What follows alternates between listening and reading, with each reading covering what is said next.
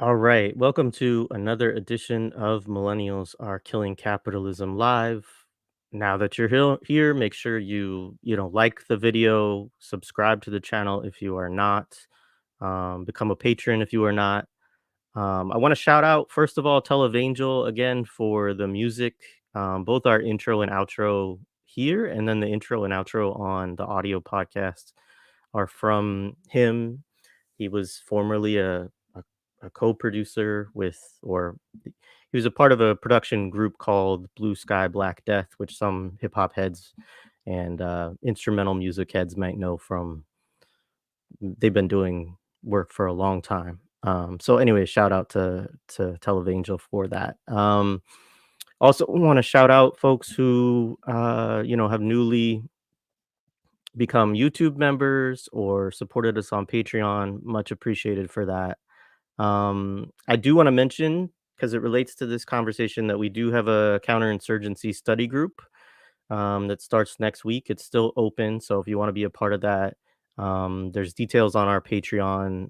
It will be Thursdays at 7:30 p.m. Eastern time. So, and we had a previous conversation with Dylan Rodriguez that kind of dealt with the beginning of the manual that we'll be going through. So another thing I want to just add quickly is that we have now made on our page a playlist for our conversations with Abdaljawad, because he's basically become a regular a regular contributor, a regular guest at this point. And so that, I'm grateful for that. I've enjoyed all of these conversations as much as anyone can enjoy anything in these difficult times. But check that out and catch all of the conversations we've had, if you haven't. And the last thing I'll say is, today we're going to talk about the West Bank. We're going to delve into that a little bit more, a little bit of the history, and we'll specifically, I think, be kind of using a frame or a lens of examining insurgency and counterinsurgency.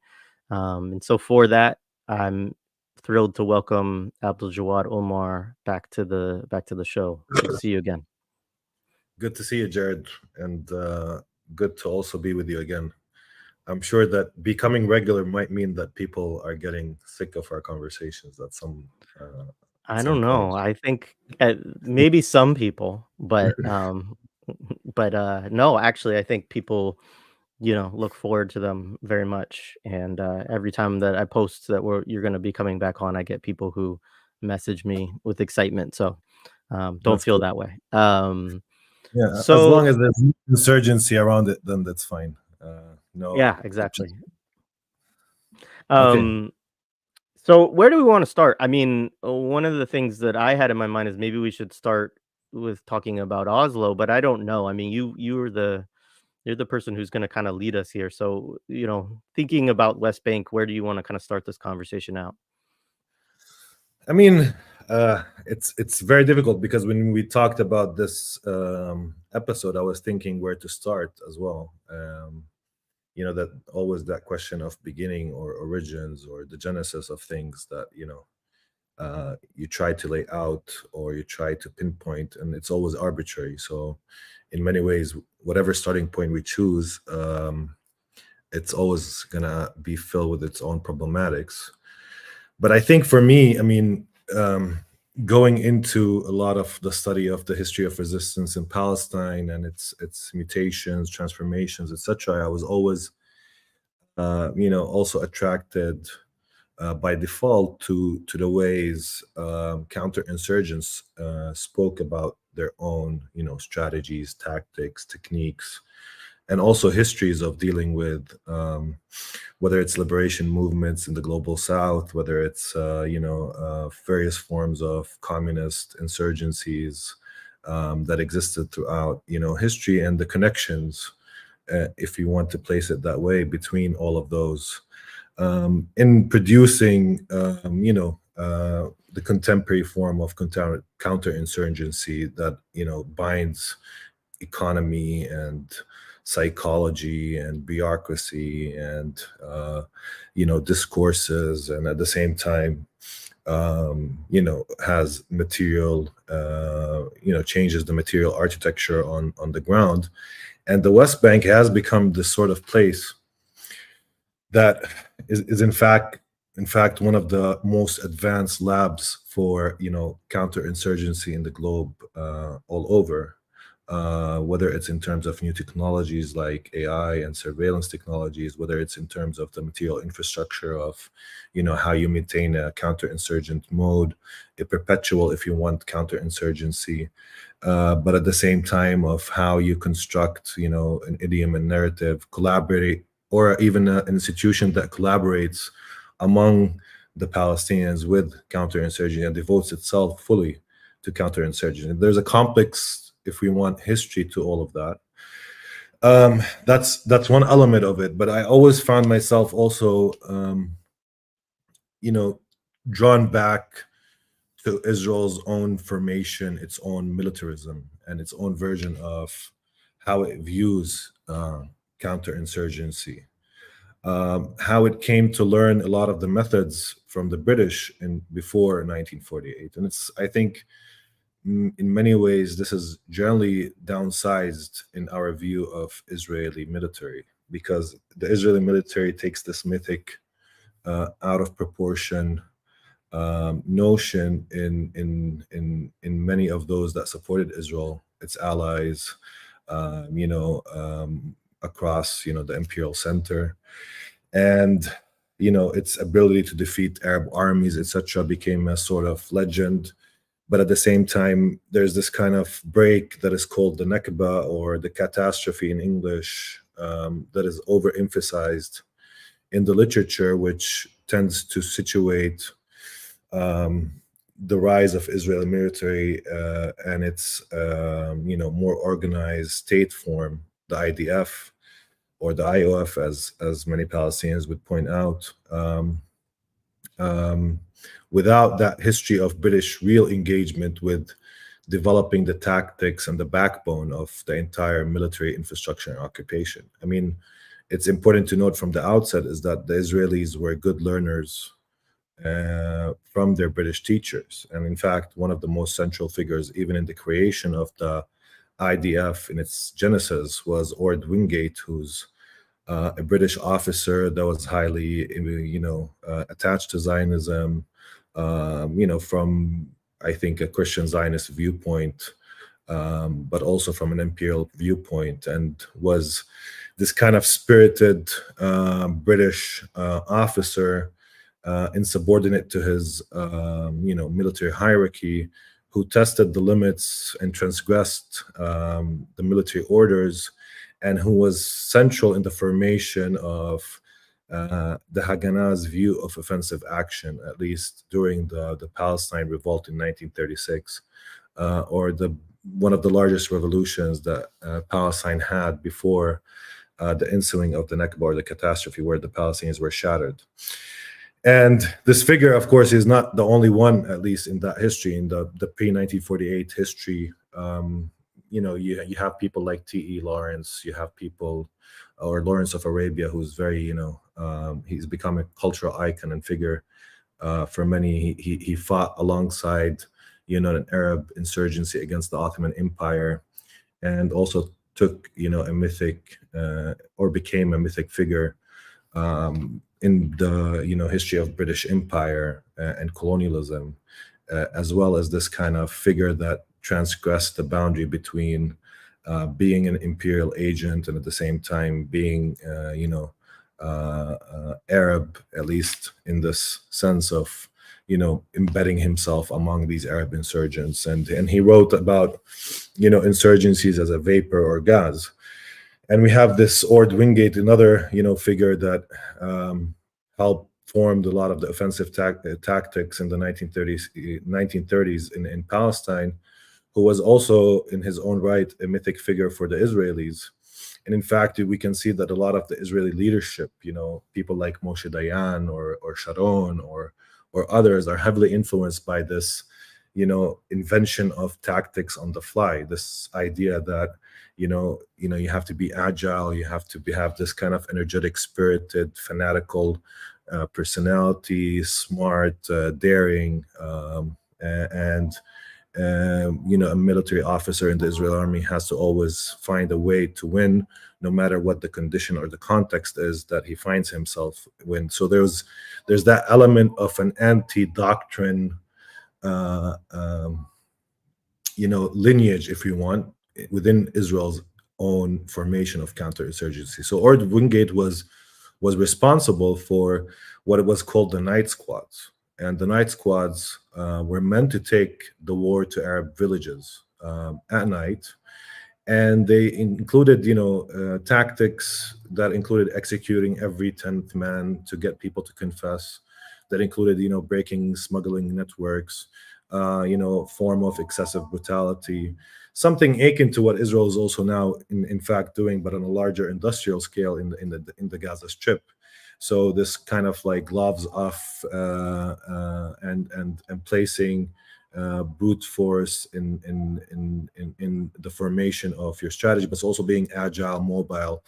And that's another thing that I always found interesting when it came to how the counterinsurgents also interacted with insurgencies generally, is that in many ways, there's a tendency to emulate and mimic the insurgent, a tendency to want to be agile like the insurgent, mobile like the insurgent, to attempt, also to create this kind of mythic, heroic ability to surprise, to attack, to withdraw. We saw it recently in the West Bank when you saw, what is called the Arabized unit coming into a hospital and executing 3 Palestinian young men in the middle of the hospital. Of course, it's not a very complicated operation, but and of course it transgresses any form of decency when it comes to going and attacking an injured and executing an injured person in the middle of a hospital. Specifically when you have the ability to arrest them, if there's a reason that you think you can arrest them, but there's that intention to execute. But that level of mimicry has always been and has always also existed. So in many ways, it's just important that what lays out the ground, what lays out the infrastructure of how the Israeli army and its own version of militarism, the Haganah in the pre-1948, is also this learning from this taking up from 2 sides, from how the Arabs fought, the British, and how the insurgents themselves in 1936 to 1939 operated, but also on how the British built a military infrastructure within Palestine, how they divided Palestine into different forms of governance, how they, approached cooperation with some of the Palestinian leadership and elites, how they also enacted, and in the case of Ord Wingate, how they enacted techniques of offensive action, etc. So unlike what Israel would like to say about itself, although Ord Wingate is highly celebrated among Israel's own military, and I think he still has a school somewhere, a military school named by his name, and he's still held as an important, essential figure. Even some people would claim that if he'd lived, he died, I think, in Burma in a plane crash 4 years before the Nakba, but if he remained alive, that he would be one of the early leaders of the Israeli army.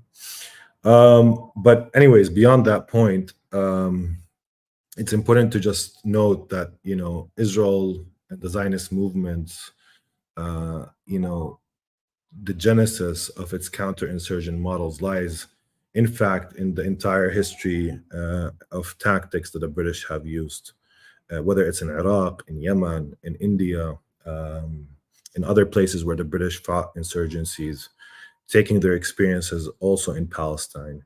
And that form of kind of absorption of the British system of governance becomes part and parcel of how Israel also deals with the Palestinians and constructs its own either offensive techniques of counterinsurgency or the infrastructure, the conditions, the material, the psychological, political of how it conducts its own counterinsurgency. So that's I think important, because I think it also defeats a bit of the myth of Israel ingenuity that has nothing to do with other people, which we saw clearly, in the Gaza war, when in the beginning, in the first couple of days, Israel was exposed as a highly dependent state. Israel was exposed as as a state that needs its imperial friends to come with aircraft carriers, defeating in many very ways, Zionist own self-constructed narrative of being, all about Jewish power, all about protecting the Jews and make them independent from the need of the world, of being, a state that is able to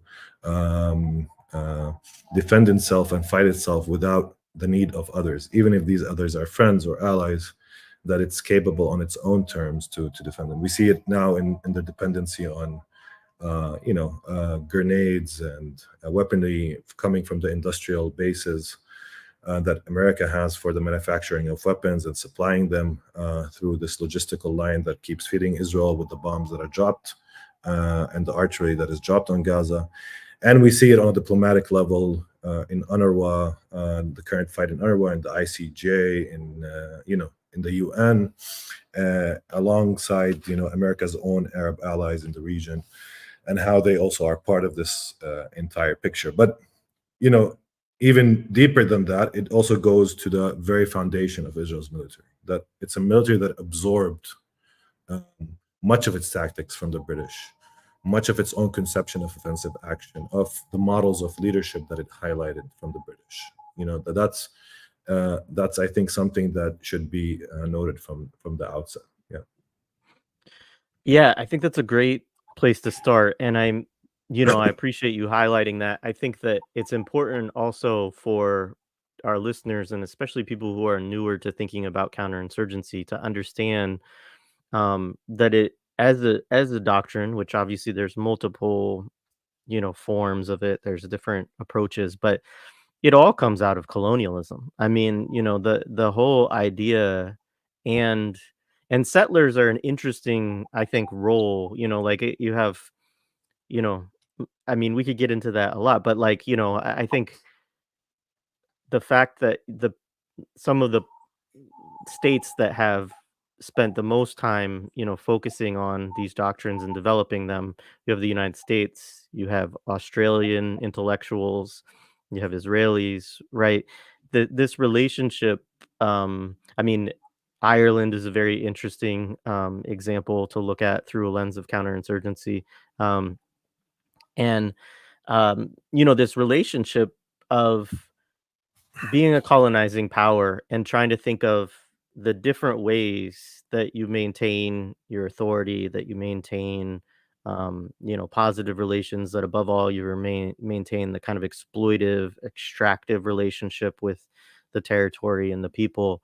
And how do you do that, right? How do you manage populations who are going to see you as an outsider, who are going to see you as, um, not native, not indigenous, bringing different technologies and relationships to the land and so on. Um, this is a problem that colonizers have historically had to manage. It's a problem that I think takes on unique sets of challenges in some ways with settler colonialism, with settlers. Um, and so it's not a surprise that one, Israelis would be in large part pulling from British colonialism. Just as Americans, there's the histories of um, you know, English and Dutch and German and French, and that's in some ways, like if you study the different branches of colonialism, of of Portugal, of France, of the British or whatever, like there's a school of counterinsurgency right there to kind of look at all the different approaches, as well as a school of insurgency in terms of looking how, anti-colonial movements respond to this phenomenon. And so, yeah, I appreciate that kind of introduction to it. Well, where do you want to go next?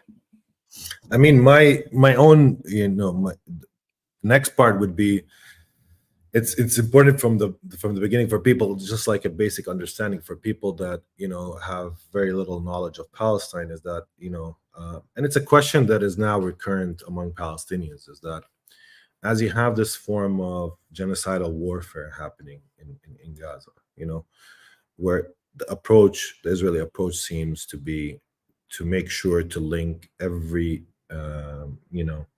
every level of Palestinian existence to Hamas. So it's a highly it's a form, if from a warfare point of view, it's a form of total warfare. No, when you link UNRWA to Hamas, when you link the hospitals to Hamas, when you link people to Hamas, when you situate that form of broad link, and then you can go in and destroy even graveyards, even whatever it is being totally linked to Hamas, and then therefore legitimated as a legitimate target, and then targeted. So I mean, I think it's central that I'm not sure we can talk about a counterinsurgency model. In fact, in the beginning of the war, the Americans were probably asking their Israeli counterparts, you know, and I think Secretary Austin said that if you don't have a strategy, you could, or you're applying the wrong strategy, you can end up having a strategic defeat to his Israeli counterparts. The Americans were worried that the Israelis don't have a clear idea of what they want to do in the day after, and they still are worried what form of day after will exist. And of course, Israel, because of its own internal politics, etc., has also that kind of complication around it. So, I mean, we have, I think, transcended or transgressed a counterinsurgency model that, at least at this point, attempts to construct an order. Because counterinsurgency is all about sustaining an existing order, or going through warfare only to, at the end of the day, ensure and legitimate a state institution or some form of institution, a bureaucracy, to take over people's civil affairs, educational affairs, and ensure that many people buy into it, whether willingly or at least even hesitantly, but at least with some sort of willingness to not carry arms against that order, or try to deform it or append it or change it. So at this moment, in Gaza, at least, I was trying to lay out that, while in the West Bank, part of how we can start talking about the West Bank is to talk about the different phases and modes of control that Israelis have enacted in the West Bank, from the 1967, when they occupied the West Bank, and they came, to be in control of hundreds of thousands of Palestinians. The West Bank is much larger than the Gaza Strip. It's 5,000 kilometers squared. I know in American terms that it's nothing, but compared to the Gaza situation or Gaza size, it's only 360 kilometers squared. And of course, Gaza has a demographic condensation that the West Bank has 3 million dispersed along these 5,000 kilometers squared. So you don't have, at least like Gaza, this kind of one continuous urban center, although there's still villages and camps and all these different, let's say, socialities around Gaza, and different forms of dwellings. But at the same time, it's still a highly condensed place with, population continuity and built up area continuity. That the West Bank is a much more dispersed, and that's why a lot of people would say that the West Bank is more of this ghetto model, where each little part is closed with checkpoint system and with the walls, and with the presence of Israeli military in frontline areas. While in Gaza you have a more of the concentration camp model, where people are thrown into that space and governing themselves, but at the same time completely besieged. Every once in a while, like Norman Finkelstein likes to make, every once in a while there's like mowing a grass operation, etc. But so we can lay out that despite that there's a lot of shared history between Gaza and the West Bank, going back to the 1967, since they were both occupied in that moment, and both came to be after being for a while ruled by Egypt in Gaza and ruled by Jordan in the West Bank. They came under direct Israeli control, and that the Israelis had to think about how they're going to govern this area with its population.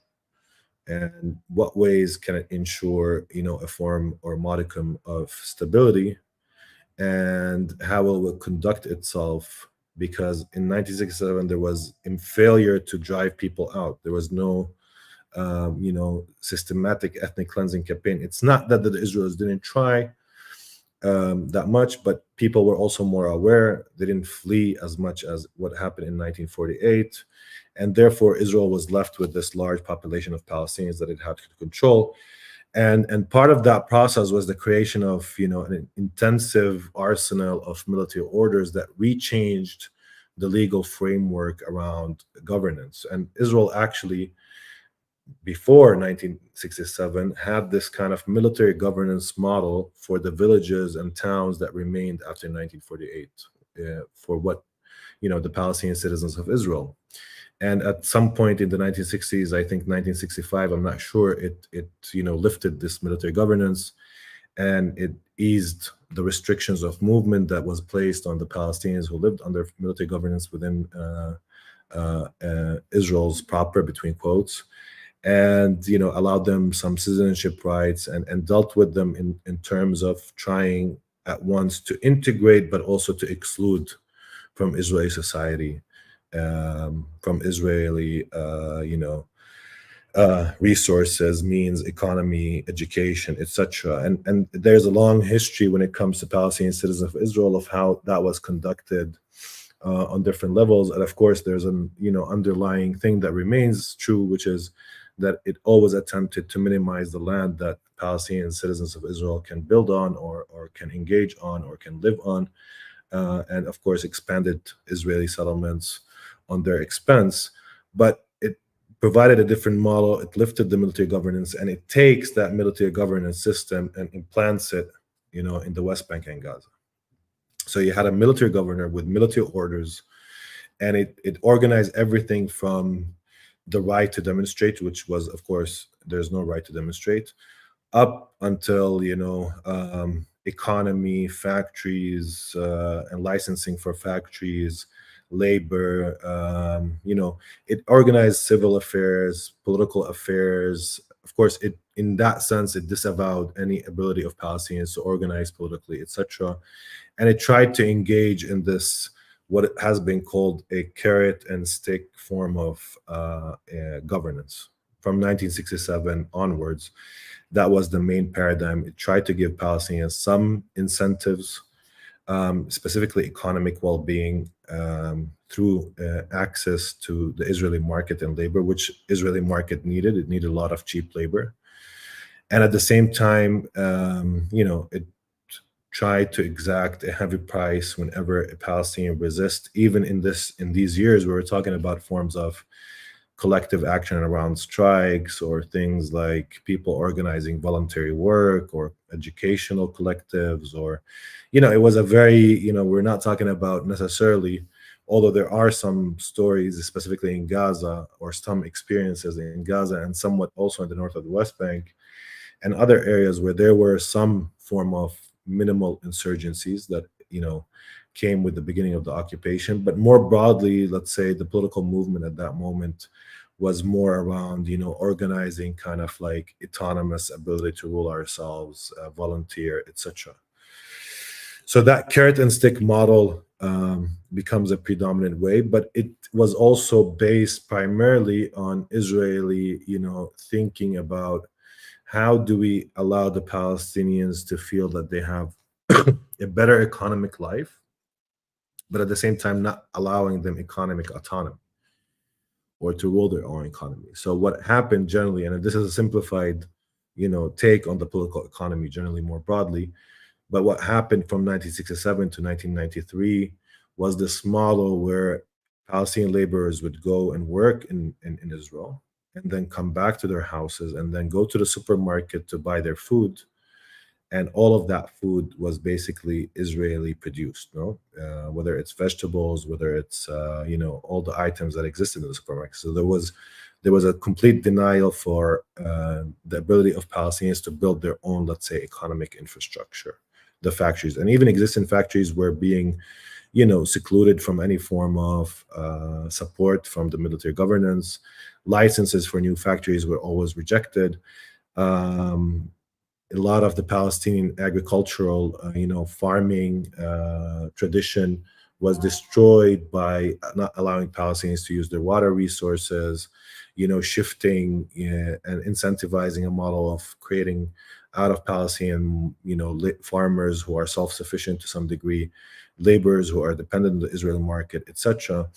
But it provided Palestinians with more cash. That's you have more buying power, but it did not allow technology transfer or anything like that. And for a long time, this is the kind of management. And a lot of the literature, even Israeli critical literature, celebrated that moment because this was like an enlightened occupation, for many Israelis. It was a form of occupation that didn't need a lot of violence, and it's a form of occupation that provided some sort of economic well-being, that enhanced or raised the level of income that Palestinian laborers had.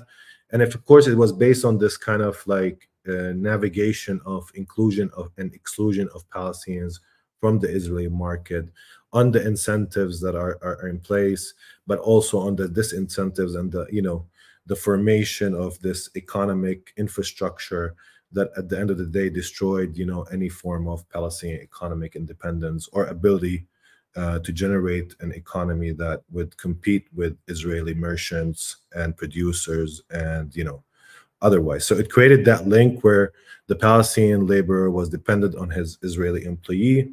And of course, the other part, which is a significant part in our economy, was people like leaving and working in the Gulf or the US or other places and sending money back to their families in the West Bank and Gaza. So that was the model, and for a lot of Israelis, it was a beautiful model, something to be celebrated. Didn't need a lot of violence, etc.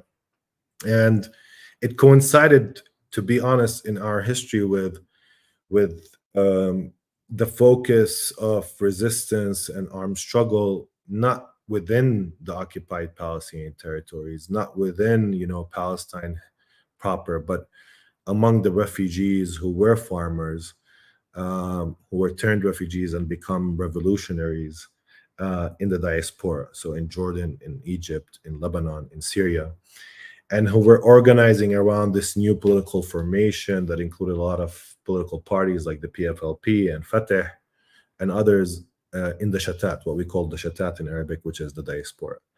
So in many ways, also Palestinians at that particular moment within the occupied territories saw their own political project as one of sumud or steadfastness, standing, our ground, remaining on the land.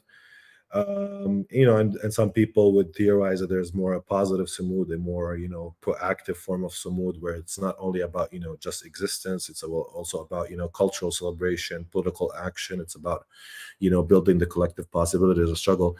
Some would say there's a more passive sumud, which is just bare existence and remaining on the land and not immigrating or leaving and not allowing yourself to be defeated by Israel on a more personal level, on your own subjectivity. But that's how people saw their own, at least, participation in, let's say, the project to liberate Palestine. And of course, that does not mean that there's not a rich history, because there is, of Fidaiyin or Palestinian fighters infiltrating and attempting to do operations within the West Bank or in Gaza, or also within historic Palestine. But generally speaking, that was the model. And I think there's a key point or juncture, and I'm sorry if I'm talking a lot, you can interrupt me, Jared, whenever you want. But there was a key juncture when the PLO was driven out from Lebanon in 1982. And most of its leadership and most of its, cadre became, very distant from Palestine and its borders. They became, exiled in Tunisia, around 3,000 miles away. And that meant that, the struggle cannot be completely relied upon, that the PLO can actually, in fact, lead it or be the more proactive part of it. And I think that creates at least a psychological shift. Many people have pointed out where people start to think within Palestine there's a need for a new mode of resistance and insurgency. Now, I don't think at the beginning most people thought about resistance in terms of insurgency, in the sense of a small group of highly devoted, ideologically committed people working towards political goal of capturing the state and state power, or destroying the state and its ability to control. But I do think that kind of psychological shift also creates the grounds for the Intifada, alongside, of course, a lot of the, again, party work, collective educational work, the rise of the universities, the rise of the student movement, and a new generation of Palestinians throughout the 1980s, the influence of the PLO and its brand of militarism on the people's imagination and collective, um, sense of belonging to the Palestinian identity, and at the same time, a beginning of um, uh, Israeli testing of what they would call indirect rule.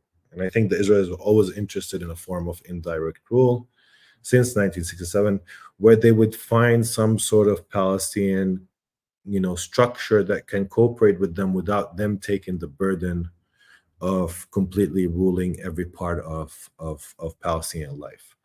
What Israelis are interested in is the land and the resources, and somewhat Palestinian labor if they need it. Um, they're not interested in the people themselves, and that's already something that is very different in is the Israeli model of counterinsurgency than any American model that is placed. You and I think I forgot his name. Uh, you Dylan. had a Dylan, yeah, Dylan Rodriguez. Yeah. yeah. You and Dylan were talking about the coin strategy that that America has constructed, and that model is highly population centric. Now, Israeli interest is because it's a settler colonial regime. It's not interested that much in the people, except that the people need to be at some point removed, erased, or rendered incapable at this moment to fight back, because they want to sustain and entrench themselves physically, materially within the West Bank and the Gaza Strip. So in many instances, that idea of, that does not mean that Israelis are not, thinking about how economy will, impact Palestinian well-being, and therefore that could create, the conditions for insurgency. It does not mean that they're not interested, again, in this form of indirect rule. But in the end, in the final goal of Israel's colonialism, the population should be removed. It should not exist, at least in its numbers and its demography, etc. So the Israelis, from the beginning, they didn't want to rule perpetually directly the Palestinians, and they started to kind of also experiment with various forms of indirect rule, thinking about, Orientalist things. And I think I have a friend of mine who wrote a long paper about what is called the village leagues. In 1981 and 1982, they tried to, forge this, notion of indirect Palestinian rule based on like chieftains in towns, and, family structures and the tribe, and, thinking of Palestinian society as this tribal, highly patriarchal society, where we can get, for example, people who are well respected within a specific village, or people who we can support and supplant with some power through their connection with us, and through the privileges that we will give through this type of person, that they will become an important figure, and that they can exercise a lot of the problems when it comes to civil affairs, education, inner fightings, to crime, to whatever it is, and they will deal with that. So this was this kind of Orientalist project called the Village League, and it failed because of the PLO, because people rejected it, because a lot of these people that worked with the Israelis at that point and collaborated with Israelis at that point were either assassinated or socially excluded, and it was a failed project. So that already was happening in 1982. Israel's experimentation and the intensification of experimentation of the possibility of forms of indirect rule for the Palestinians. They can have some sort of autonomy, confined in space, with some land, will take over most of the land and most of the resources. They can run themselves and rule themselves, but within the confines of that rule being indirectly associated and attached through us. And of course, this is not a model particular to Palestine or unique to it. I mean, in most cases where we have whether colonialism or settler colonialism, finding somebody to cooperate with is fundamental to the success of colonial project. It's fundamental to the success of a settler colonial project. And these older models, Orientalists, did not work. And after the first Intifada, Israel found a more willing partner, you know, to engage with. That somebody exiled in Tunisia, um, the PLO leadership, that felt excluded, that felt that the energies of revolt and the rhythms of revolt in the first Intifada, while they have some influence on it, is not totally under their own control. That felt that there's the rise of new leadership within the Palestinian territories themselves, new figures that could also contend and form a challenge against, or replace the leadership in Tunisia. And they wanted to be relevant. And I think, that the conditions for that laid the ground for what is called the Oslo peace process, and we can talk about what it means, peace process here, because we can see also as a pacification process, not necessarily as a peace process, an attempt to pacify the Palestinian population. So that lays the ground for, a model of indirect rule that Israel codified through, this kind of, it providing a mutual recognition with the PLO, but the recognition was already asymmetric. The PLO recognized the right of Israel to exist, while Israel only recognized that the PLO is the representative of the Palestinian people, which means nothing in any significant sense of the term. So there's a symbolic concession and also a concession that comes to, haunt whatever the peace process was that, this was a process that will lead to an end of conflict agreement, but it actually left all the important issues step by step, not really resolving anything significant, except that the Palestinians will come and directly rule certain or specific areas that separate and de-link Israelis from immediate and direct control of the Palestinian population in Gaza and in the West Bank, creating what is called Area A. And we talked about that in an earlier, I think, episode, and we talked about its link to the changes in the insurgency models and the resistance. For me, I think that moment was both an Israeli success in terms of creating an indirect rule model based on a Palestinian nationalist political party and group through the PLO leadership at that time, but it's also the place from which much of the tactics, technologies of resistance would come to be experimented with and also form themselves around, that lead, if you want, to the October 7th moment as well. So I don't want to overemphasize their importance. So that is part of the history. Yeah, I mean, that is part of the history of how Israel's indirect rule model was adopted by the PLO in the Oslo process, contingent that it probably should have solved the whole issue based on the two-state solution, etc., but it never did. And I think maybe there was never really a will to change it. There's a lot of disagreement on that to really reach an end of conflict agreement. But within Oslo, there was this also pacification, let's say, project of the Palestinian people.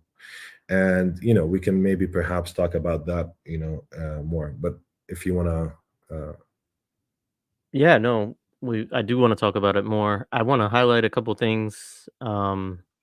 This comment, I believe, came when you referenced buying power, and you probably saw a little smile come across my face during yeah, that. Dr. Jared Ball, who's a friend of the show, hosts a host over on Black Power Media. He wrote a book called "The Myth and Propaganda of Black Buying Power," and it's as you were talking about that as um, a thing, right? That Palestinians don't have economic or political autonomy, but at a certain point they started to develop some buying power. I mean, his whole book goes into that as one as a kind of a mythology that is constantly promoted to Black people in the United States. There's advertisements all the time about the collective buying power of Black people, that they have as much money as the GDP of these countries, et cetera, et cetera.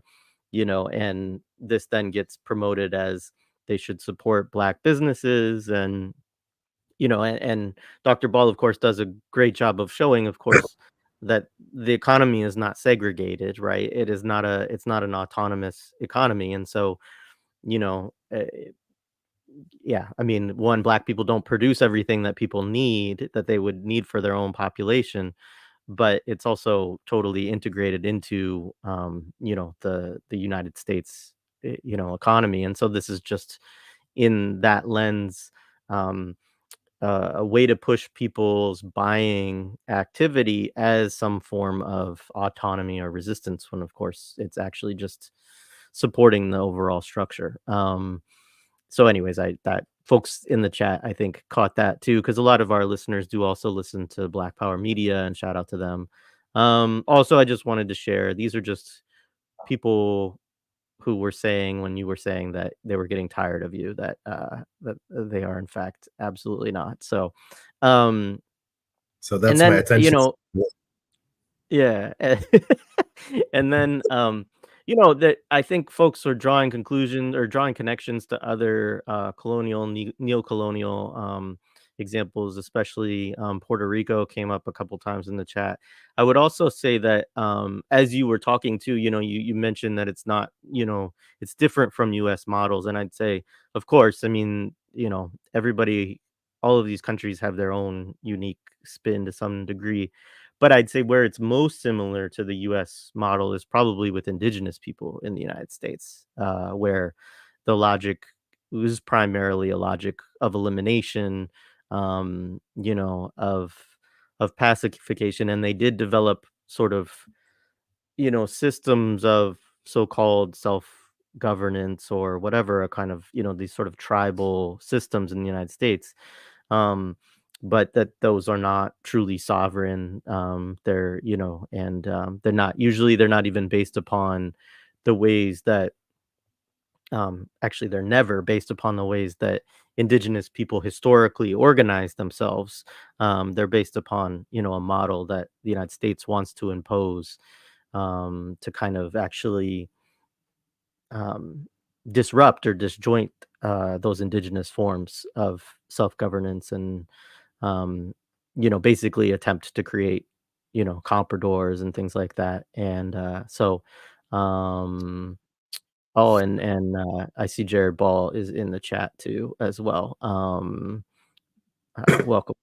Um, so anyways, I just wanted to draw some of those connections that people were making there. And yeah, I mean, you started to talk about Oslo.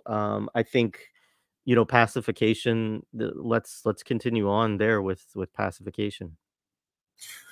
I mean, it's important to note that there's no total pacification, no matter what happened. Partially because because Palestine is a place where there is that kind of desire among many in the Zionist movement to eliminate and replace Palestinian existence. It will just create resistance by its very expansionist, aggressive and violent nature. I mean, it doesn't even reach a point where I will live and let live, like that kind of level of okay, I built the settlement, I'm gonna live in this settlement, and then you can live in your village. Then we see always, the intensity of settler violence just increasing through time, or that checkpoints and walls, etc., increase over time. So there's never that kind of moment where okay, you got what you got, I have what I have. To some degree, we might say that there is some level of that, but there's always, behind the scenes, there's also this latent intensification of violence against the Palestinians, which just forms resistance. It gives way for resistance as something that also arises from just being a reaction to that form of violence, to the intensity of it, to the feeling of being threatened, to.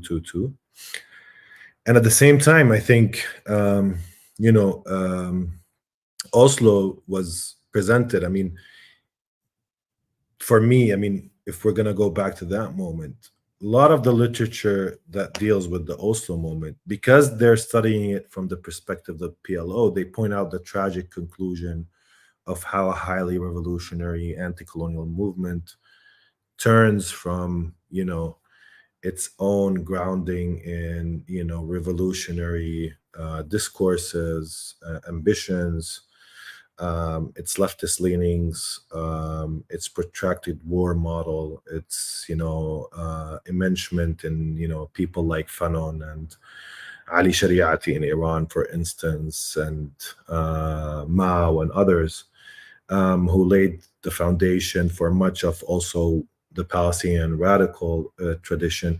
How that tradition, facing the military defeat that it had, tragically concludes with this symbolic concession that Edward Said called the Versailles Agreement, or the Palestinian Versailles Agreement. This, historic compromise, not only giving 78% of historic Palestine uh, to Israel and recognizing Israel's right to exist, but also accepting a solution, while at that moment was thought to be just the process that will achieve peace, that didn't even include, a proper two-state solution for the Palestinians, including the West Bank, Gaza, East Jerusalem, etc., as the current, or at least at that moment, the discourse was, fixated on. And in much of the literature, because they're emphasizing this break, this historical break, they also erect Oslo as a hegemonic moment. So what it means is that this is a moment where, people are all in line, as if, that ideologically buy this project, that, are completely aligned with it. And I think that's one of the major mistakes in that literature. I mean, it puts also as something that changes everything, and at the same time, by placing it and maybe overinflating it as a moment, it undercuts the fact that even from the beginning, people, generally speaking, dismissed Oslo, counteracted against it, felt it did not satisfy their desires or political needs, acted out against it, and organized resistance, and supplanted that resistance with the ability to, again, experiment, build new models, etc. However, it's true that in some way it does create a moment where, instead of the buying power I was speaking about in terms of the economic infrastructure pre 1993, pre the Oslo moment, after 1993, you start to see the rise of a comprador class. An important unit of analysis, if we want to take the economic part of it, a new class that is wedded to the Oslo agreement, that is wedded also to the institution of governance that are rising, called the Palestinian Authority, and its bureaucracy and its financial power that is coming through foreign funding from Western and European governments, that is wedded in its economic fortunes. So that's why, for instance, if anybody comes and visits Ramallah, where I live, you'll see, $200,000 cars on the streets every couple of minutes. People have, you see injection of money that is coming through foreign funding that, has positioned well a comprador class to rise. This class is mostly organized either around the security elites who run the security, Palestinian security system, or merchants, or large merchants, or I would say, this kind of monopoly of imports. We don't have much exports. Again, there's no real economic autonomous infrastructure, except with some areas where some small manufacturing exists that supplants the Israeli market and Israeli consumer needs in some areas, but it's very small. And so most of that, most of the people making money is through, monopoly of imports that are given through the PA system itself. So you start to see the rise of this comprador class. You start to see a class stratification that did not exist before. And more importantly, I think even if people had money before 1993, you start to see the rise of consumer spaces that we didn't have.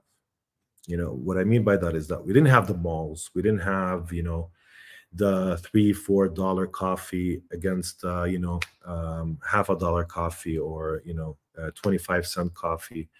You didn't have the spaces where people are kind of categorized through their economic and financial means, and where each class basically hangs out in different places and occupy different spaces. And that's a model that came with Oslo, the model of and the economy of pleasure, of consumerism, of these spaces to consume, to showcase your buying power, to flaunt your car on the street. I mean, even before 1993, most people would point out everybody lived the same, and suddenly after Oslo, people didn't live the same. Everybody is living a different kind of lifestyle. And with that comes also social antagonisms, internal social antagonisms that Palestinians generally did not, engage with as a more farmer society, most of them working as laborers. Even if you were a bit economically fortunate than others, or have a different income, or more educated, etc., you still lived within, the means that everybody else had. You lived the same lifestyle almost as everybody had, but you had a bit of more economic fortune than others. So that creates kind of like this moment where a different economic model is rising, creating a lot of social and class antagonisms that did not exist before. And it's all new for Palestinians, at least in the occupied territories. It did not had this focus, and it also internalizes a lot of the struggles. Instead of looking towards you know colonialism, Palestinians become more interested in their own, let's say, internal social antagonisms, with their own governance, with their own institutions, with people fighting over positions within the bureaucracy, with people fighting and vying to control some elements within the bureaucracy, or within like the various comprador class, and sometimes its own inner fighting over its own fortunes, or whether the fighting is happening also among and across that class stratification. So this is I think a highly important moment in understanding the shifts in class in Palestine. And unfortunately, I think very few studies exist on this. There are some, but very few studies exist on this. Much of the studies that exist in Palestine studies deals with foreign aid and the ideological warfare that, for example, that the international financial institutions have brought with them, and how these new EU mechanisms, were contingent on a political dynamic that needs to be entrenched and sustained, which is the PA cooperating with Israel and ensuring that, order remains the word of the day. And in exchange, they receive money and control of a bureaucracy and control of this economic space. That's the trade-off, the major trade-off that existed and existed since the Oslo period. But I think the class component remains understudied, at least in Palestine. How people have their perceptions of themselves, their class position, the ways they look at their own fortunes in life, and how they explain it, the way they also look at people who have now more fortune than them, or have a different class position. And in many ways, the discourse around that is very simple, that most people would look at people now that flaunt their money. And I don't mean that everybody who flaunts his money has made his money through the PA or otherwise, but that they will look at them as, this is corrupt money. This is money that comes from corruption, that comes not out of people's, let's say, through the capitalist, generally the discourse surrounding the entrepreneur, the one who works hard and builds his own thing, and through his innovation and his own value in the market brings things. That in Palestine, people look at anybody that has significant money as something that comes through a very corrupt, highly entangled and politically problematic way. That money does not come out of this kind of self aggrandizing narrative. And it's important why I'm speaking about economics, because I think if we want to talk about counterinsurgency, that the primary force of counterinsurgency in the West Bank today is economic. And it is through this economic measures that, people are left to struggle amongst themselves, that, their own economic fortunes are tied. And I'll lay out more, because in Palestine, it takes a very distinct shape. What I mean by that is that, for instance, if you're a laborer in Israel, you have to get a security clearance to work in Israel, which means you get your permit to work in Israel only if you have that security clearance, which means that you shouldn't have been arrested anytime before. Probably you should be married, because that makes you less of a security threat. You should have, no political opinion whatsoever, being flaunted on social media. You should make sure that you have a good attitude towards your labor, the ones that give you the job, etc. So you have to meet these security requirements, which enable you to go through the checkpoint system and through the walls, and go to your job in the morning and come back and have that economic respite, or have that economic power of buying, as we said, through that system. And that system also comes to be after 1993, not before. I mean, before 2000, even, people moved freely from Rafah in Gaza, which is down south in Gaza, all the way throughout historic Palestine. I mean, people, my parents used to take the car anywhere, and they can move anywhere. But slowly, this new material infrastructure that restricts the movement is also used to tie people's economic fortunes and whether they can work within Israel or not, based on their political activity, based on whether they're friends with somebody who's political. So, for instance, now one of the models that exist, if your brother, for example, is a resistance fighter or goes or commits an operation or something like that, immediately the entire family, even the large and big family, doesn't mean the immediate family. I mean, by family, I mean also cousins and uncles, are deprived from their permits to work in Israel. And for many people, this is the only source of income, because again, the Palestinian market does not have the capacity to give most people labor. So again, that's one part of also the economic model that exists, whether it's laborers with Israel, which constitute around 200,000 Palestinians, a large portion of the working force in Palestine, and a large portion of the income that feeds the entire economy that exists, that comes with them. And actually, right now, one of the elements that scares Israelis, because after October 7th, there's a phobia now in Israel from Palestinians, from just the mere presence of Palestinians after what happened on October 7th.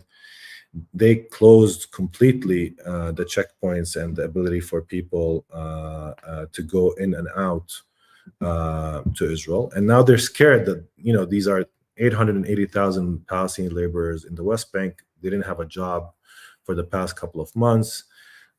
Frustration is accumulating. Whatever savings they're having are being eroded. And slowly that could spell a disaster in the West Bank in terms of their ability to control the situation, and would fest or feed any form of insurgency, that already exists and rises in terms of its ferocity and intensity and ability to actually attract more of the population on its side, or to attract the narrative that is trying to spew on its side. So that's one element of also how that element works. The second large and distinct way, which also an economic has an economic foundation and is also conditional, and it's also contingent on the continuation of Palestinian cooperation, is the PA bureaucracy itself, which is the second or even the first and the most important, let's say, employer of Palestinians. We have, I think, more than 30% of the Palestinian workforce, or third, works in the PA. And that bureaucracy is completely financed either by taxes that comes through Palestinian imports. So most of the things that we use to eat, buy and consume, because again, we don't produce much, whether it's in agriculture or in terms of, manufacturing or anything like that. And at the same time, that money is either controlled through an Israeli system that collects the tax money, the custom taxes, and then transfers it to the Palestinian Authority. So the Israelis, at any time, and they always do that, they stop the tax transfer. And if they want to get the PA to do something, they stop the tax transfer and put us under economic pressure and use that to manage this large bureaucracy and its employees and weaken the PA's ability to pay its employees. Therefore, it creates this economic crisis for a while. And now we're going under one as well, because for the past 3 months, also Israel refused to transfer the taxes because some of the taxes go to the Gaza employees of the PA because. And it creates that kind of, like, let's say, economic pain that comes with it. And the second part and the second important element of the Palestinian economy comes from foreign aid, from Europe and from the US and from some of the Arab countries who send money either through international organizations or directly to the PA budget and otherwise. And this creates a situation that most of their labor force is either has to clear itself, and it's through the secular clearing system that exists by going into Israel, or has to, or is on a more structural level tied to whether Western governments are happy about PA role, about PA politics, about its security cooperation with Israel, or not. So it really is highly politically dependent, and that's why I always say, in the context of Palestine, as important as the economic dynamics are, they're always kind of subservient to the politics of it, which is that money is contingent, your ability to buy is contingent on your political behavior, your political opinions, your family members' actions, your bureaucracy's own politics, and whether it's willing to confront Israel or not willing to confront Israel, or deepen its ties and cooperation, or what exactly is happening in the context of the struggle with Israel that actually creates this economic dimension. So there's an entire counterinsurgent, if you want, economy, and the main product that everybody's thinking about is that there's no insurgency. That's why you have the laborers. That's why you have this system around, entering Israel through the walls and checkpoints. Some people would even claim that the walls were constructed not for security reasons, preventing any Palestinian, human bomb from entering into Israel and bombing itself. It was basically built also to have this form of control and power, this form of dispersing people along aside, this conditionality of being politically neutral to be able to gain access to the Israeli labor market and what comes with it in terms of higher pay than, for example, a Palestinian laborer working in the Palestinian market, which comes with lower pay. So that's one of that's the structure that exists, that most of the Palestinians and what they do and what they work is basically in jobs, and on a macroeconomic level, or whether in the actual working of it, 30% of the Palestinians, another 20%, so half of the labor force overall, is working either in a bureaucracy that is built on the premise of sustaining security cooperation with Israel. And whenever it stops that cooperation, and whether it stops arresting people and arresting resistance, or engaging itself in any form of resistance, that money just disappears. And at the same time, it's contingent upon this labor market and its movement. And of course, it has in the background, of course, the total destruction of the ability to use their land, to form agriculture. I wouldn't say total, maybe I'm exaggerating, but almost near total, because we can't even build wells. We can't, unless Israel approves it. We can't use, again, build manufacturing because the PA doesn't incentivize it as well. So, you have this Comberdo class that is based on importation, a political elite that controls this economic space and gets and extracts some of this money and uses it to enhance its own economic fortunes, and a security elite that does the same. And then we also have a bureaucracy that, hires most of the teachers, the doctors, and the bureaucrats, and they live on a monthly payment that either comes or doesn't come. So that's the basic model of counterinsurgency, is building the structural uh, mullah, if you want, that we live in. It's so when we talk about counters, that's what's most successful about it. I don't, I mean, we will talk about the military side of things. We'll talk about how also other parts are important, but that's a primary means of how, you don't create the conditions for Palestinians to be able to do collective action. You disperse them along different classes. You create a lot of internal antagonisms among them, and at the same time, you let them rule themselves. They'll get drowned with their own contradictions, while at the same time maintaining structural control over when the money comes in, how the money comes in, and what political conditionality is associated with that money. And the final product in this entire system is that there should be no resistance. There should be no ability for the Palestinians to forge any threat on Israel's systems of control. That's the main model. Yeah, I mean, there's so many thoughts that all of that bring up. I mean, for one, like it's interesting in some respects, obviously, because Palestinians do not have a state, but a lot of what you're describing is state-like structure, and you think about how even like if we talk about the U.S., counterinsurgency manual, like everything that they think about goes back to getting people into the orbit of what they would call the home nation, you know? And I mean, the other element of it that you touched on briefly that I think would be helpful for folks to talk about more. It also relates obviously to what's going on with UNRWA. But is the kind of NGO architecture, because in the United States too, we always talk about counterinsurgency in part in terms of the role that our nonprofits play. Even often sometimes what folks would call movement nonprofits, or at least nonprofits that do work around policy work, around legislative change, around sometimes mobilizing people around political issues to try to, then go to the legislature to lobby. Um, but these create also their own bureaucracies and their own conditions around which people engage, right? These are not insurgent, forces. They're forces which set a certain rules of engagement and play by essentially the rules that are laid out by the state in terms of how folks are going to lobby it and engage with it and so on. um and so yeah, I don't know, I mean, maybe, yeah, say a little bit about NGOs in the context of Palestine. Yeah, I mean, look, the NGOs. There's a ongoing joke.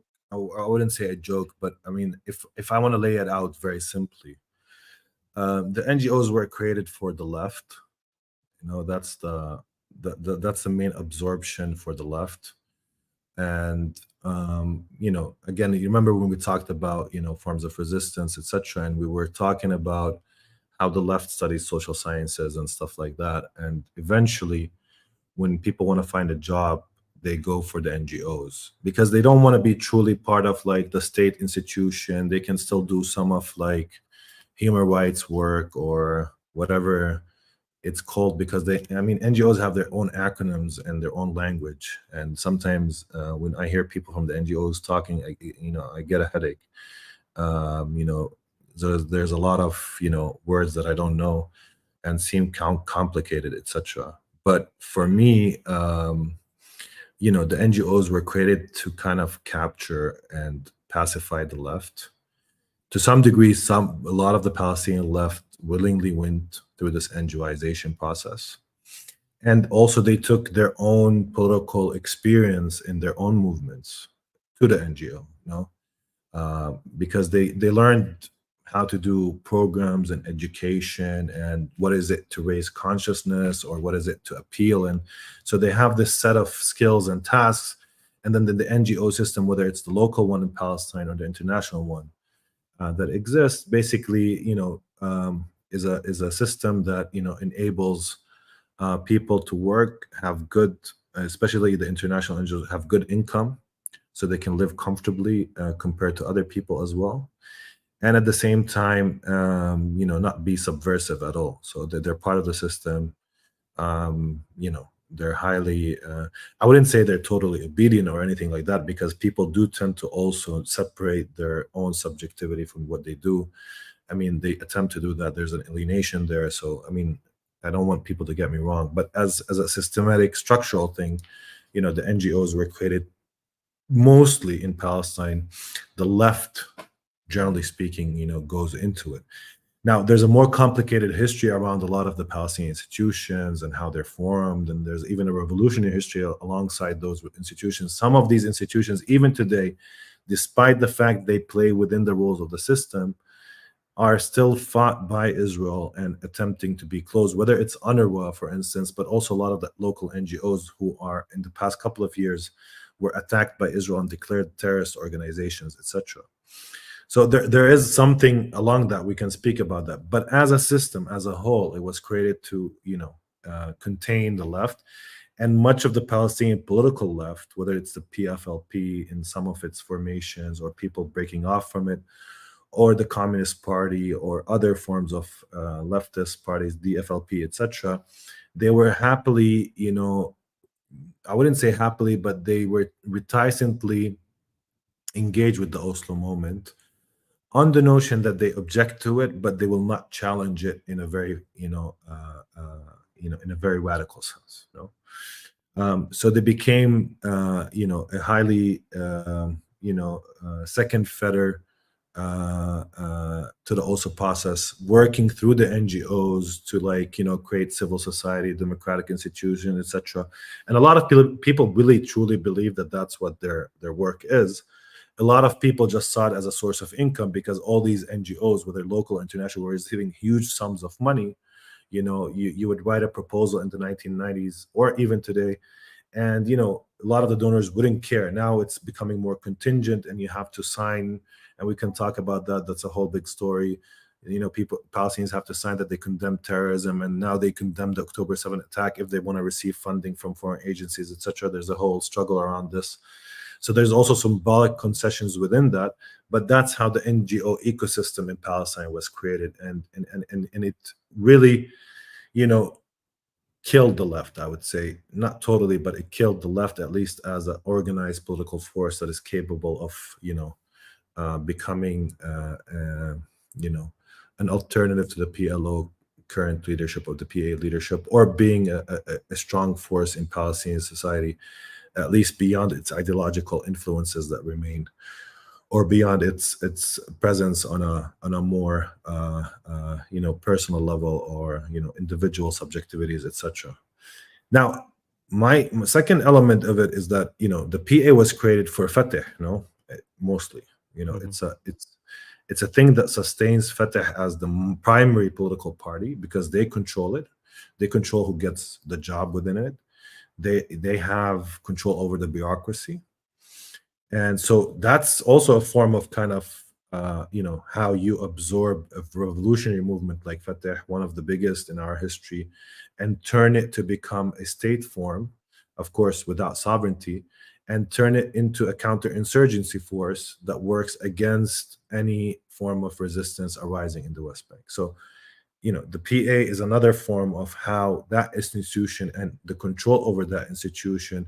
It does not mean, however, that everybody who works in the PA is ascribing to that form of ideology. What it means is that people who work in the PA, mostly have to work there because that's how they get their pay. It doesn't mean that they're not nationalists or wouldn't be able to sacrifice for Palestine, or some of them are highly, a lot of them are prisoners, etc. But it means, as a system, it was created to create that, form of pliant, or turning this revolutionary movement into, a state institution that works to serve its own comprador class, and that class, basically using its own technique of control, can keep its own bureaucracy, and the people who have some sort of interest within the BA bureaucracy, in line, and ensure that they remain loyal to the Fatah movement or to the PA, at least on a level that they wouldn't threaten it. So loyal, not in a sense of loyal to the idea of what's being done or not against it, but loyal on the, not being a threat to the order and the current existing order. And recently, I mean, in the West Bank, another constellation of of work has been, created, and it's for the engineers that we talked about the other time. So we had a lot of these programs because Hamas and Islamic Jihad people and their families, they go for engineering and science and technology more. So, I mean, okay, so what do you do with these people? I mean, you don't want all these electric engineers and chemists, without jobs. So what they did is they created an ITC sector in Palestine, and it's supposed to, be connected to like American, IT companies and computer science, and they work and they're outsourcing, a lot of like the back end jobs that American engineers don't want to do, or because it's cheaper here a bit, and you have good engineers. So there's a whole industry that was established actually by the U.S. aid, and finance not through necessarily economic dynamics, but through state agencies and through cooperation between PA, Israel, and the US and Europe, to create this whole ecosystem to attract people towards engineering that benefits, if you want, the global flows, but at the same time also ensures that the West Bank remains a highly pacified place, and that those engineers don't think subversively, but are given the opportunity to also work and enhance their own economic well-being, or find some sort of job that pays well. And in fact, in that sector also, the jobs pay relatively well compared to the average Palestinian laborer that exists. So that's part of how the ecosystem also is adaptable, because the IT didn't really exist except for the past maybe 8 years, and expanded and became like this big thing. And now even in universities, IT is one of the most sought after, disciplines for a lot of Palestinian students, because they think, okay, which discipline will give me the better, a better economic future, or a better way for material well-being. So it creates also an incentive structure that trickles down into the universities, and starts, building its own, let's say, life, etc.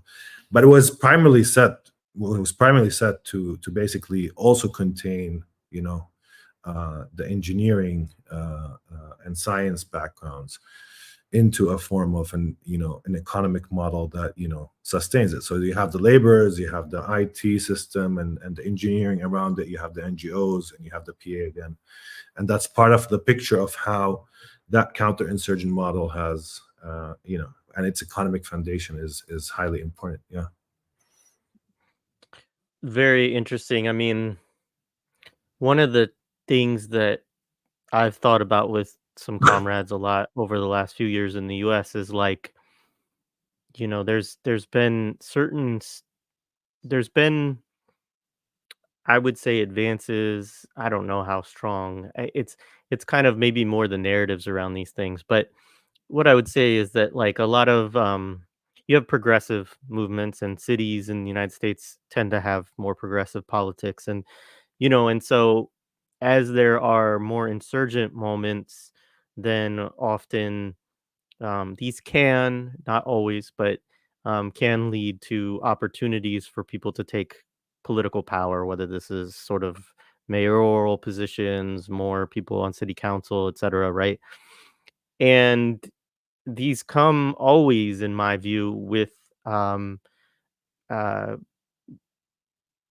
trade-offs, as I guess what you would say, right? And part of it is that the forces that produce these people become invested in them and their positions, and essentially become move from being sort of insurgent in some way to being counterinsurgent, right? Because now I'm the politician.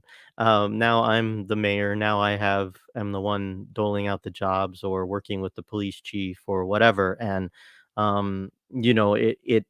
it is very much, I think, one of the ways that counterinsurgency can get people stuck, especially when that aspiration is always around the state or connected into because of all the dynamics that you laid out in terms of all the jobs. You have a political regime that then you become invested in maintaining. um and anybody who's insurgent against that political regime then becomes an ultra leftist or incorrigible or whatever else, right? And so yeah, those dynamics are always really challenging. And I think that the other thing that I thought of again, which I don't know if I even want to bring, I keep talking about Elon Musk with people and I don't know why, but when he visited Gaza, or he didn't visit Gaza, when he visited the Because kibbutz outside of the Gaza envelope, he did say that the three things that were needed were like a new education system where, that was like pro-Israel or whatever. A What was the second thing? There was something else, but then the third one was jobs, like was economic, an economic infrastructure that and I think that those what he was running through on a very simple level were like basic elements of counterinsurgency, and it is always connected into, yeah. Jared talked about absorption. Yeah. I think that this is a really big, these are really important discussions. And anyway, um, yeah, I don't know where I wanted to go with that, but I think that just when you were talking about Fatah and the bureaucracy, and the kind of patronage system also that gets put in place. Um, I guess the question I would have too is like, given these dynamics, I mean, obviously there's what you're talking about is a strong incentive towards, the status quo or, counterinsurgency within the PA, et cetera. And I guess collaboration, right, is the frame that you would talk about it a lot. Um, you know, uh, I know that there's also pressure or desires from Palestinians in the West Bank of like, hey, there's resistance underway. You all aren't doing anything at all to support this. So yeah, I mean, how did those dynamics play out at this point with the in the West Bank? yeah, so I mean, just to go back a bit in our conversation, because we went to describe a bit the model, and I mean, of course, it's more nuanced and complicated than I presented. But I was trying as best as I can to just give people an idea of the type of, let's say, bullshit jobs that we have, and how they're also wedded to a political contingency and conditionality that sustains it. And just to comment on on your what we've seen historically, and Palestinians have come to intend to in their intuition to identify, is that whenever we have actually an insurgency, it's true that there's an economic pain in the beginning, but eventually what happens is that the imperial center actually sends more money, just throws more cash at the problem. And you can see it even in terms of how funding from Western governments decrease and then increase, and that's also something that you can trace from the Oslo period, where money was being sent to the West Bank, in ways, people would describe, some of the NGO people that work now in NGOs would describe that they didn't even have to give a proposal, like free money. They were giving free money. Oh, you want to do a project on whatever, just go do a project. And they were giving blank checks to do a lot of work, and of course that fed to a lot of corruption, and people were not really doing anything with that money except taking it to their own bank accounts. And I'm not saying everybody, but it fed into that kind of corruptibility of also a lot of the NGOs and not being effective even in the work that they're pretending to actually doing, which is a good thing from an insurgent point of view. Is that you know they're because a lot of the people that engage with them don't even believe in what they're doing. They're very less effective on what they're actually trying to actually engage with. So most of the NGOs have that problem, and most of the NGOs in Palestine only focus on how to survive. They don't focus on what projects they have. So what they focus on and what they're placed under is how they can sustain their own jobs over the time. But that's a different story.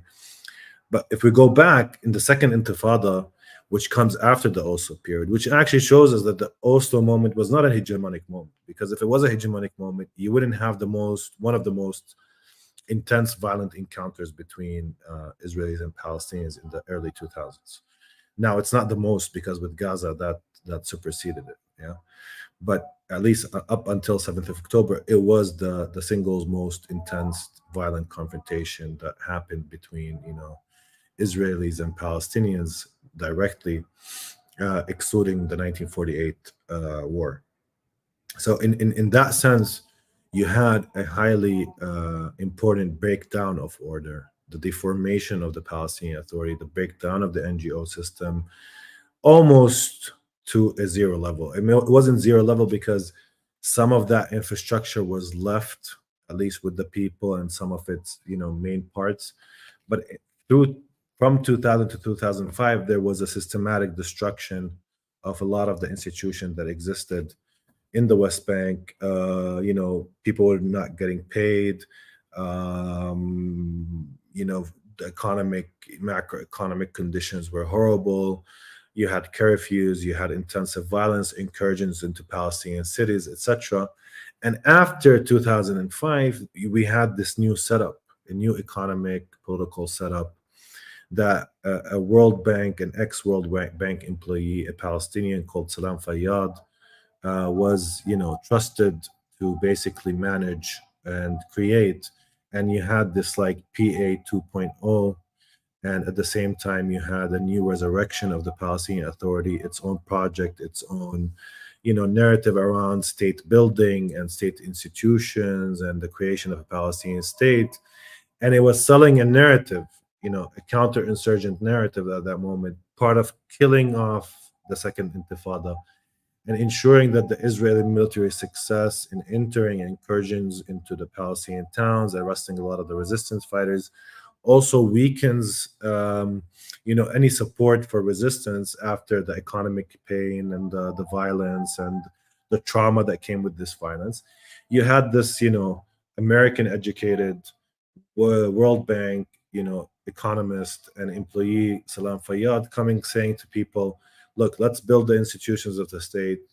Let's create a durable, economic model that gives us more respite, and money start to flow.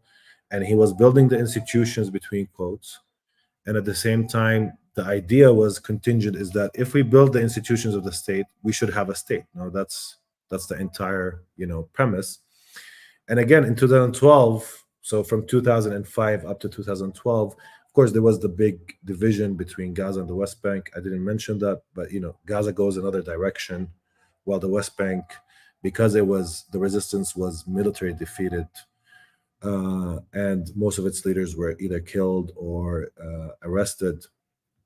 And the let's say the current within the PLO, the current that wants to cooperate with Israel and set up a more amenable paradigm with Israel that wants to accommodate its interest, was the one that was capable to take power in the West Bank on the heels of Israeli power, to completely, not completely, but almost completely deconstruct Palestinian resistance in the West Bank. While in Gaza, Israel withdrew. Now we talked about that earlier, that differential between both. So you had Salam Fayyad in the West Bank coming in and setting up his state building project. And of course, the state building project included a security component that included, General Dayton coming and training Palestinian security officers, directing towards counterterrorism. So these supposedly Palestinian officers who were part of, let's say, the Intifada, the first or the second, who were people, some of them are fighters, some of them are, part of the military apparatus, now have become slowly through this doctrinal change, through removing people who make a lot of problems and who are against these policies, and only, putting people in power within the security system that are for cooperation with Israel, less interested in confrontation.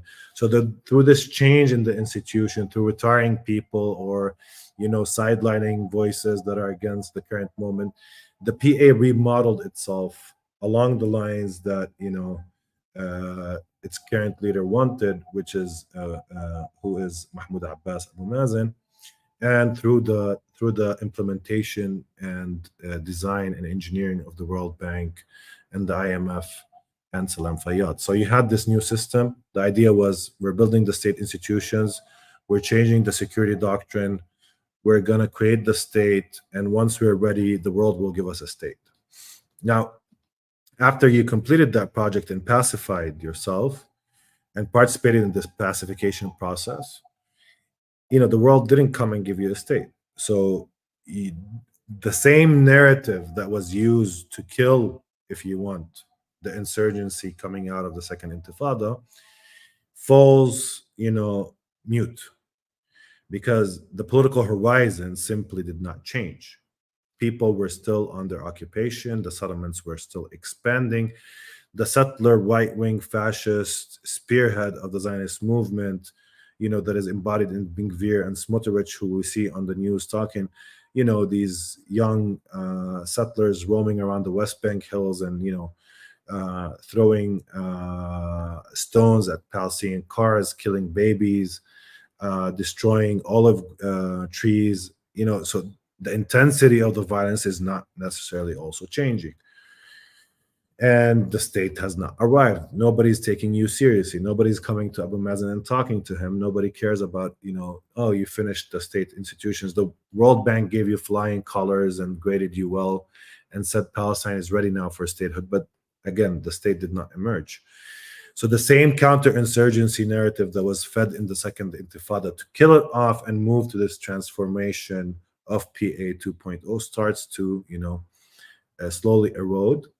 And through this erosion and the rise of a new generation of Palestinians, the young who were too young in the second intifada or in the first intifada, that also propels, let's say, a new generation to come to the foreground and start to experiment with forms of action, political action, that are varied and different. And in the West Bank, it takes two primary or three primary shapes.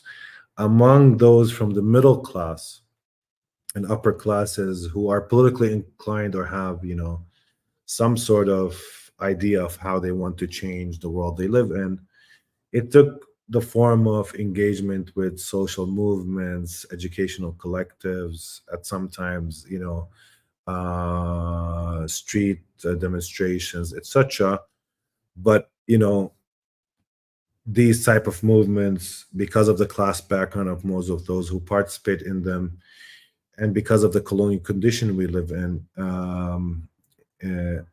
first of all, weren't capable of truly transgressing the boundaries of class, so they remained confined within a specific class.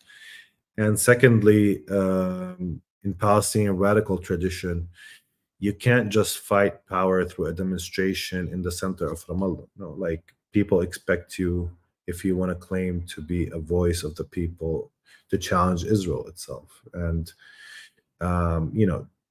that means the price is high. And for a lot of people like me, we don't want to pay that price, or not to say anything about anybody else, but we're not willing or not courageous enough or too cowardly to go all the way, as people would say. And these social movements had that ailment, is that they couldn't really engage in that level of organization that is truly subversive or would create a problem. So you had that element. And from 2012, with the Arab Spring, or what is called the Arab Spring, that form of street politics becomes part of, let's say, a middle class orientation among Palestinians that wanted to engage in, and go on the street. And, whenever something happens, they would go on the street and demonstrate. And, I wouldn't undermine the ability of that form of struggle to create a discourse around the struggle, to raise some of the important slogans of the historical moment, because these forms of movements did play that role. I mean, they provide a lot of the arsenal in terms of articulating some of the important political slogans of that current historical conjuncture. So that's one form of how, a new generation engaged in some sort of defiance, but still to the level that makes it, co-optable, absorbable, being able to be subsumed by power, or not seeing too seriously, or should be taken seriously. Although in its beginnings, it was scary because it came on the heels of the Arab Spring. So, for the PA, for Israel, they didn't know if this is going to be a moment that also will create, something like mass demonstrations in the West Bank or not. Eventually, it did not. It did not really reach a level where we can say that it was, in any way a threat to the regime or the system. But it did embarrass. It did play a role in delegitimizing the PA, in countering its, narrative of state building, in building the slogans of the struggle, etc., in the West Bank, and also in aligning itself more with resistance, at least on the ideational level. Now, a second component of it, and in the West Bank and Jerusalem specifically, was, the more radical forms of action that starts to take what I call atomistic shape. What I mean by it is that it's not necessarily organized by any political party. It's not necessarily organized by, even a constellation of people. I mean, you had an entire arsenal of actions that either were based on intimate, close circles of friends. So 2 or 3 people that engage in resistance together, they buy the weapons together, and they go and conduct an operation together without any notion of organized political action that is larger, self-initiated within these small, intimate circles, or they were actually done by just an individual. And in the counterinsurgent discourse, it's called lone wolf attacks. No, but it's a form of trying to deride it by saying lone wolf. It's like trying to look at it from a lens of an antisocial behavior of people who are highly alienated from society. It takes that kind of conceptual notion.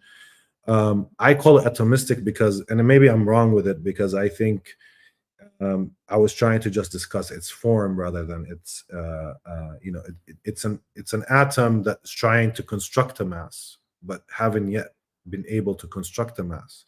And that's why it's atomistic in the terms of it's organized perhaps by an individual, but it's still tied to some sort of collective imagination, some sort of psychoaffective need, some sort of fantasy of becoming the hero. But also at the same time, it comes out of the necessity of actually resisting in a condition where other people dominate you and occupy you and expand on your expense and render you subhuman. So in this way, I mean, these atomistics become a very dominant form. I mean, from 2005, we start to see early signs of them since 2013. These actions, there was always actions. There's always stone throwing. There's always demonstrations. I mean, there's not a single day, as Basil Arash says, that there's not a single day in Palestine where resistance action doesn't happen. It's never cut completely. But in many ways, what is happening, at least, is that in 2015 you have the emergence of atomistic action on a scale where people were mimicking each other, almost as if it's a moment where it's coordinated. People were amazed that you had dozens of actions every month, that mimicked each other, that operated each other, leading Israeli in counterinsurgents literature to conclude that one action leads to an increase in the possibility of another action by 250%. So, there was kind of this correlation, immediate link by just somebody doing an action that somebody else that has no connection with him, don't even have a personal connection with him, would do a similar form of action. So, in much of the literature, they would call it copycatting. People were copycatting each other, were creating, and you saw the start of small manufacturing of weapons, like the Gustav Carlo, but it's a different version of the Gustav Carlo, but which is manufactured locally.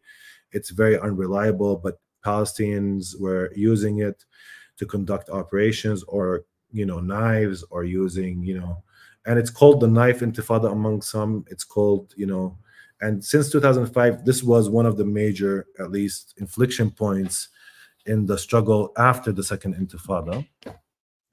This wave of atomistic actions that still happen on a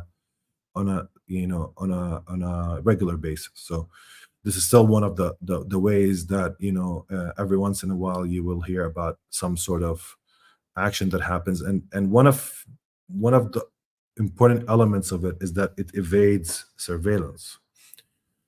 It evades the ability of Israelis to detect an action. So it created problems with the Israelis, because surveillance works if you're surveilling an organization, and if you're just having a person sometimes in the same moment choosing to do an action. So sometimes it's the decision to do an action, and the action is, it's just split second. Somebody's passing next to soldiers, and he decides at that moment that he's going to go and do a ramming attack. So, surveillance is not ready for this form of action.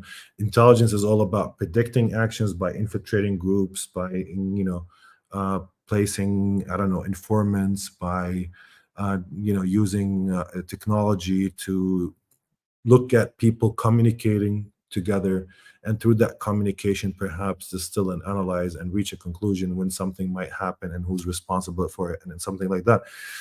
So one of the most important elements of why this form of action rises is that it evaded problems around surveillance, around infiltration, around technology that has to do with surveillance. And at the same time, it did not necessitate a lot of effort in terms of planning. It comes from immediate things that can be used and utilized, like knives, like small-scale weapons that are manufactured locally, like cars, and turning a car into a missile of sorts. Of course, the Israelis, in response to the car situation, they created rams on all the bus stops, and they attempted to change the dynamics and the architecture around where Israelis would stand in the streets, specifically in the West Bank. So now every bus stop for the settlers or the army is full of like protective rams that prevent any car from entering. At one point, they tried to even create an entirely anti-bullet bus stop, because people were starting to shoot at these bus stops or something like that. So there's also this dialectic, if you want, between the forms of action and how Israel responds to them as a means to neutralize their effectiveness and abilities to fake. But that was a dominant form, and within that, you had a lot of these people conducting these forms of actions, leaving small wills, explaining their motivation, or at least calling for certain things, and they become the discursive component of the return in the West Bank of the call for politics once again, the call for resistance once again. And these wills were fundamental. I mean, they were anti-partisan in a sense that they didn't want, their actions to be construed as part of political party, or just done because I'm Hamas or I'm Islamic. No, it's done for God and for Palestine. I'm not, a lot of them were included motifs that, are personal or intimate. A lot of them come from young men who would say, if I, forgive me if I ever did a mistake. So they were both emotional, authentic, at least seen. Some of them were written in, in an Arabic dialect that did not include, a highly complicated sentence structure, but at the same time was very articulate. It touched a lot of people, and it starts to emerge as also part of, like, let's say, a counter narrative that was also part or being supplanted and supported by some of important voices that rise from the 2015 onwards, as voices that are critical of the PA, that see the PA as a collaborationist regime, that provided the intellectual basis of challenging it, but also provided, a form of charismatic appearances. One of them was, for instance, Basil Araj, who was martyred by Israelis in 2017. And the other was Nizar Banat, for instance, who was killed by the PA in 2001, if I'm not mistaken in the years. I might be mistaken, but yeah. So, and a lot of other key personalities throughout as well. I mean, personalities either that conducted actions or were martyred by Israel. And as if the truth, this is maybe something that we should also highlight, as if the truth for Palestinians can only be spoken by the martyrs, the people who commit through the blood. I mean, that's something that is also particular about our condition, is that people don't believe anybody talks about politics. They believe somebody who has, put his entire stakes into it. And that means that he fully devoted himself to it until his last breath. And therefore, it becomes more authentic, more truthful when those individuals as well not only are spewing or saying something that sounds convincing, that provides a counter-hegemonic discourse, that scripts the struggle in a way, whether intellectually on a more mass movement level, but also when they're also people who are willing to take it all the way in terms of their revolutionary credentials, etc. Basel, Nizar, at the end,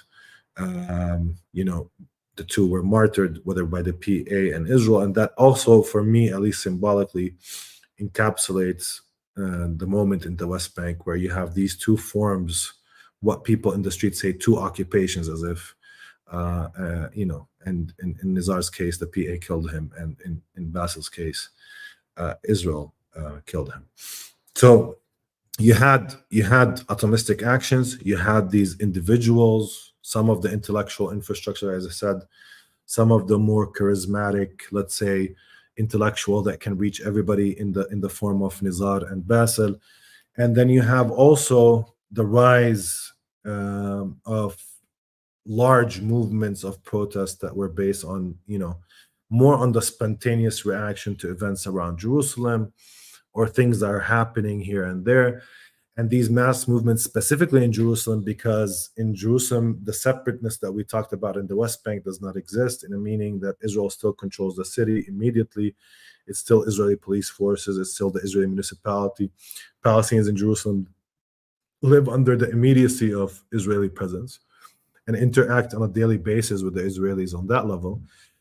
So in many instances, the largest form of spontaneous but yet large forms of organized, I wouldn't say organized, but I would say the spontaneous movements that rose and then have their own rhythm, and their rhythm is not totally random. People kind of organize, but when we say organize, it's always a political party or a political movement or some sort of strict organization around them. So it's organized but without an organization, if you want to put it that way. Yeah. And these movements are also central. They're part of the picture of how forms of struggle are now committed. But the problem with these actions is that you can never anticipate them when they will happen. So you had 3 or 4 large-scale protest movements rising in Jerusalem and fading out. The last one was in 2021, when you had also a war with Gaza, a mini war in Gaza that happened at that particular moment. But in general, these forms of large scale protests that disrupt the rhythms in Jerusalem, that at some in 2001 even spread to a lot of the communities within among Palestinians, citizens of Israel, and also spread to the West Bank, and it ended up also with a smaller scale war than the one we're seeing in Gaza, is part of also the picture of the forms that exist. And it's more appropriate that it comes out of Jerusalem because it's for its symbolic importance among Palestinians, for the symbolic importance of some of the religious Al-Aqsa, Al-Haram al-Sharif, and even the Church of the Holy Sepulchre, and where political events happen around them. And because of, again, there's that intimate relationship where protests can actually defiance through protests, through massive influx to the Al-Aqsa Mosque, through clashes with Israeli police in Jerusalem, through forms of action. At some point it was basically people on TikTok just little kids and young men going and slapping soldiers and running, things like that, and forms of action around that, around the Sheikh Jarrah movement, around all of some of you probably followed that a bit, so they probably have some idea. So that's another form of or element of how some forms of resistance have risen. The third, which was it was more embodied in a semi-organized insurrection and insurgency in the north of the West Bank, primarily, generally based on the insurgent movement attempting to occupy space. Very dangerous, if you want, a very dangerous and risky strategy, but that's what this insurrection movement used the urban places, dense urban places like the Jenin refugee camp, Nur Shams Tul Karim camp, the old city in Nablus. And I think we talked about that a bit, to create spaces, or what I like to call sovereign spaces, because they're the spaces where resistance immediately connects to the people that support the resistance, and kind of barricades itself, creating this space where the resistance is actually in control, more so than any other state institution or power, and creating a space where state power is denied the ability to penetrate easily and arrest or kill or even exercise its own ideological hegemonic teaching or politics within these spaces. So you have a resistance movement that takes up these spaces and attempts to establish itself and organize itself. And it goes on immediately. By doing so, it runs counter to the PA and it runs counter to Israel. And they both pounce on it to create a counterinsurgency campaign against it. Because in the whole picture, these forms of armed organized movements are more dangerous. I mean, the atomistic action is a call for mass action as well in its spirit, and that's how people left in the wills a lot of times. Where are the parties? Where are the resistance? What our leaders are doing? Questioning the current paradigm, whether ethically or politically, by a lot of these martyrs that engage in atomistic actions or in lone wolf attacks, and the large scale protests that happen, which are organized without an organization, which come out spontaneously and sometimes due to a some sort of Israeli expansion or some sort of Israeli appending of the status quo, and then people are defending themselves and attempting through massive protests to change the equation or to sustain what actually was there before, but also engaging in their own self-affirmation through these protests, is that we don't predict when they happen. But when you have an organized insurrection and insurgency, you start to have more, people who have a personality. You start to have insurgent narrative, if you want. You start to have a discourse around a revolutionary politics. You start to have space where Palestinians that are engaging in offensive political action against Israel's targeting can feel safe. You start to have, the ability to train, to experiment with new tactics, to construct, factories, to build tunnels, to build the entire infrastructure that also is coming from, Gaza and other places. So you start to have what Jivara would call a Foucault, or like a place from which you can organize your struggle and challenge the state institution that you live under, or commit yourself to this revolutionary project. Now, I just want to say here, in that the Palestinian insurrection in the West Bank is also symptomatic of PA losing, a lot of its ideological power. It's symptomatic of it losing, the base, because a lot of these, people who are engaged in them are actually could be considered from the Fatah base itself. Some of them, not all of them, but which means that, the ability of the current comprador class to sustain this kind of clientist relationship with people is eroding. Its ideological power is eroding, hegemonic power is eroding, and therefore, the possibility of these, armed insurrection to actually rise and establish themselves and create is indicative of a weakness among the PA, indicative also of people growing frustration with the PA and its leadership, and slowly. Whoa. We'll see if he comes back in a second. We may have just lost him. Hopefully everything's okay. Um, while we're waiting, let me just pull up a couple questions that people asked along the way that I think I can, provide some response to. Um, so Big Teal asking a number of great questions in the chat. One of the things that I would um say with regard to this is that the narrative of counterinsurgency and insurgency is really based in military doctrine and academic work. um Hang on, are you all right there? Hey, my electricity cut off, so I'm connecting through 3G now, but I don't have any what do you call it? Uh, lights Light. in the house. Yeah.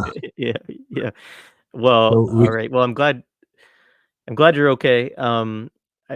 Was there anything in closing? You were right in the middle of saying something. I know that we're getting close on time, and I was just going to respond to some folks that had asked things in the chat too. But were there any kind of? I'll, yeah, I'll I let you mean, finish your thought for sure.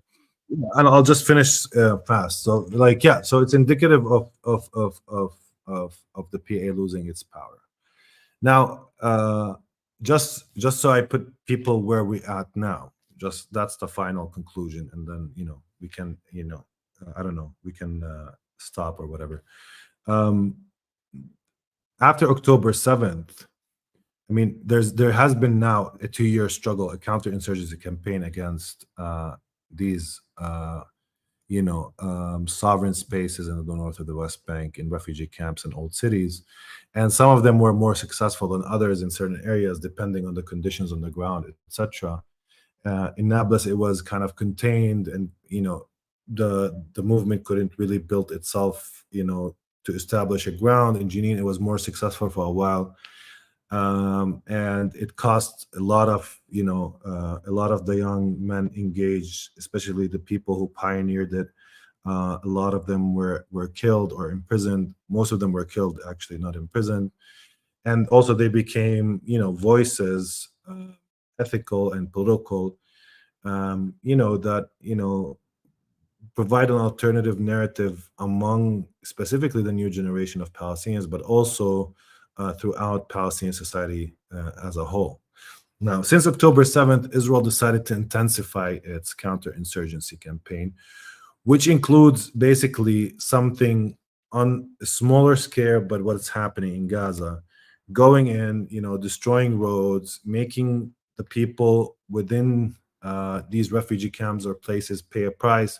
So not only the Palestinians who are organizing themselves or working against Israel and the PA, and supporting and killing them and assassinating them in mass, introducing air power in more intensive ways as well. I mean, that's also another history of how air power is used to control, subdue, and as a technology that maybe deserves, attention more, because it's an important facet of Israel's power and ability to control situation in Palestine as well. One of its important elements of its firepower, and one of the things that sustains it in the region. But in essence, at least, there's a more intensive rollback campaign that is attempting to basically defeat these organizations. They remain there. They remain capable of, adaptation to these counterinsurgency efforts, but they are facing this dual role that is separated between the PA and its ability sometimes to try and negotiate with these groups or try to subdue them and contain them through rumors or through incentives. In some instances, the PA offered some of the guys in these groups, if you leave, we'll give you an apartment and a job, and we'll give you financial incentives, just leave and you will not be arrested, nothing will happen to you. So there's all of this kind of also symbolic and also material negotiation that happens, or it's through its role as a security agency that is able to collect information and exercise its influence through the people that are loyal to the PA in these areas, etc. And you have also Israel's military and its rollback strategy, attempting to clear out any of these spaces. And what they presented as a challenge to Israel was, which is, the denial of the freedom to arrest and an ability to provide a safe haven for the complex interplay and build up of new modes of tactics, organizations, supplanting with weapons, etc. And of course, these insurrection movements were created by the support of Palestinian resistance movements abroad and also in Gaza, but also they came out of their own volition, and they're an important facet. However, after October 7th, because the equation changed, because Israel's willingness to use more intensive violence and its desire to basically end the situation in the West Bank, that was credited, for example, by a lot of military analysts for being part of why actually Gaza's resistance in October 7th was important, was successful, because Israel had to move some of its forces from the Gaza envelope to the West Bank to contain the situation here. It's able to recurrently enter and incur into Palestinian areas. Its use of special forces intensively, its use of larger military campaigns that include a larger contingent of 1,000 or 1,500 soldiers to clear weapons or laboratories, etc. So it has been successful to some degree in containing them, but despite that intensive campaign that is going on for the past couple of months, it's still in existence. A lot of these groups are still in existence, adapting to these tactics and providing less clinging to the areas themselves and becoming more of an underground organization rather than an organization that has a specific place and constelling around it. So this is the current picture in the West Bank, where you have, again, the economic infrastructure that we spoke about, the forms of jobs that we spoke about and their political conditionalities. And then you have also, these forms of rebellion and, the three forms of rebellion or four forms of rebellion that we talked about, that arise for different contingencies. And at the same time, still the cooperation between Israel and the PA, the Palestinian Authority, which in the final note, Blinken, when he came here, he thanked Mahmoud Abbas for maintaining order, you know, in the West Bank. And that's how Mahmoud Abbas is able to maintain order. Israel does the dirty work, which is killing people and arresting them mostly. The PA arrests people, tortures them, but at the same time uses its own economic and financial prowess, its ability for to buy people's at least neutrality in terms of being proactive or active in any form of resistance. And there's an accumulation of this form of picture that disables the West Bank from engaging meaningfully with what's happening in Gaza. So when people ask where is the West Bank, I mean that is part of the answer is that the West Bank has always been there. There's always resistance, etc. But for anybody relying on, for instance, an intifada to come here, the picture, whether it's in the economic infrastructure that exists, or the form of leadership and comprador class that exists, or the form of insurgency that is still building up, that the conditions for such an intifada is not there. And the mass protests in frontline areas are seen by most people as ineffective and costly and bloody, without any impact on the colonial, regime itself.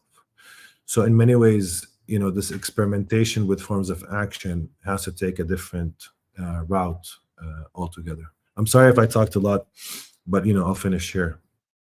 Yeah. No, don't apologize. It was great. I do have to go in a few minutes. But I do want to just address a few things that were asked in the chat along the way. I'm not going to get to everybody's questions, and then Aboud, if you want to add anything along too, feel free. Thank you so much for this too. This was great. And I appreciate you sticking with it even without power. So I just want to address this quickly for folks. We're really operating within a military and an academic kind of framework when we use these terms. I mean, I think it's helpful in certain ways because if you read counterinsurgency manuals and their doctrines, I think that it can help us understand the array of tactics and strategies that the United States, Israel, etc., take to try to pacify, subdue, contain movements and um, radical possibilities, right?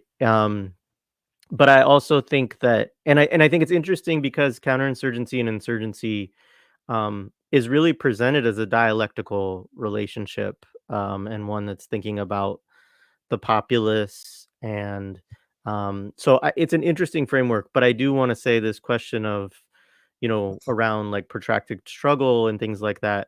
I do think that, you know, obviously the left, anti-colonial nationalism, people have their own frameworks for thinking about, insurrection, revolution, political possibilities. And I don't want to suggest that counterinsurgency and insurgency basically forgoes the question of politics or horizons. Like they're actually not. It's always um, for the count. It's a doctrine that's written by counterinsurgents for the most part, and their main approach is to seek to re-legitimize the state in situations where they feel like the state is losing legitimacy to what they would describe as an insurgency. And that's my synopsis of it in a nutshell. But I just want to say that this question of like protracted struggle of the oppressed, like I would say, yeah, you would want to deal with more revolutionary political work to sort of talk about that sort of framework, because most counterinsurgency doctrine is just always interested in pulling what they would call the relevant population away from the insurgents and isolating the insurgents is kind of the way that they think about it. Um, this question, so Yeah, this one you might be able to say briefly something on Abdaljawad, which is, could UNRWA being in the political control of national powers supporting Israel, imperialist powers, be considered part of counterinsurgency? I would say in some level, but obviously UNRWA also has a historical role and work that it does. I don't know what you would say about that. I mean, like everything else, it's complicated. UNRWA, was devised after the Nakba, um, for the ethnically cleansed Palestinians, the refugees, who, part of the whole story was, let's build this organization for Palestinian refugees, and it will provide services, provide food, provide education, health around the camps. And at the same time, it would be a means to preserve the return or right return for Palestinians into their ethnically cleansed villages. And part of the dynamics at that time internationally created and birthed UNRWA, which is different than other, refugees across the globe. So UNRWA played an indirect role, not because it necessarily, as a UN organization, wanted to play that role in educating or playing a role in educating a lot of the peasants that became now refugees and went to UNRWA schools and became revolutionaries eventually, throughout the 50s and 60s, going into the 70s. So it had a role in providing an infrastructure of respite, some jobs. It's part of also like the economic model, but as an institution itself, it has a tension running throughout its history. The people who run the institution on the level of its presidency, etc., the policies that it has more broadly, and between its largely Palestinian cadre and people who work with it who are Palestinians. There is a tension because UNRWA is a UN agency, is not very amenable to Palestinian revolutionary struggle. So in some way, we can say that UNRWA plays some sort of role like this. But like everything else, look, maybe because we presented this kind of economic structure and model and the incentives around it, we always forget that people use these institutions sometimes in ways that are subversive, or they use their place in these institutions, or they separate themselves from the institutions, or they. So it's always important to just note that you can never have just because somebody works somewhere or does something, it's not necessarily any kind of signifying doesn't signify necessarily complete allegiance or loyalty, or necessarily that they buy what they're doing. In many cases, in many instances, we saw laborers in Palestine who've conducted, you know, resistance actions or became also political leaders. And people from different classes and political orientations and different like backgrounds and work, etc., have that capacity to also play within that role. But UNRWA was so embedded within refugee camps and culture and refugee people who were part of its cadre, that also in many ways on the ground level, it has this kind of Palestinian, let's say, flavor to it, despite, as an institution, as a UN agency, it had a lot of tensions with the Palestinian radical movements throughout its whole history. I think that's really important. And I think I'm gonna kind of leave it at that. But I do want to say, with regard to that, like that's Fred Moten and Stefano Harney and their work on the Undercommons. Like what you're just talking about is kind of the way I always read that work, which is sort of that, like, you know, it's I read their work as an approach to institutions, understanding that the institutions are fundamentally based in this kind of counterinsurgent, logics, that you have to find the people that you can get together who have a more subversive bent, and build what you can and steal what you can, and use what you can in different ways that are outside of the aim or mission of those structures. And I think that that's what you know that's what revolutionaries, seek to do, and insurgents when and I mean, we see this in the chat as we were talking about nonprofits and things like that early on. There was a lot of folks along the way, myself included, who were talking about how we were absorbed into these structures, and maybe it took us a while to understand what they were doing to us and what that meant, and start to think, oh, I need to actually not operate solely within sort of the mission of this space, but try to find different ways to move in this space that are not at all attached to that mission, or its operating principles. And Brooke, yes, I agree. The challenge, we need to develop equally circumspect, sober, and incisive synopsis of our own situation here, in the States, which obviously is different based on, wherever we are, because the United States is a huge place and there's a lot of Yeah. different stuff going on. Um, well, Aboud, again, thank you as always. This has been great, and I appreciate it. Shout out to all the folks in the chat. Great comments. Sorry that I didn't get to everything, but really appreciated a lot of folks' commentary and following along. And I'm sure that we'll do it again soon, as long as we can get Abdaljawad his electricity back. So, all right. Thanks again. I'll leave it there.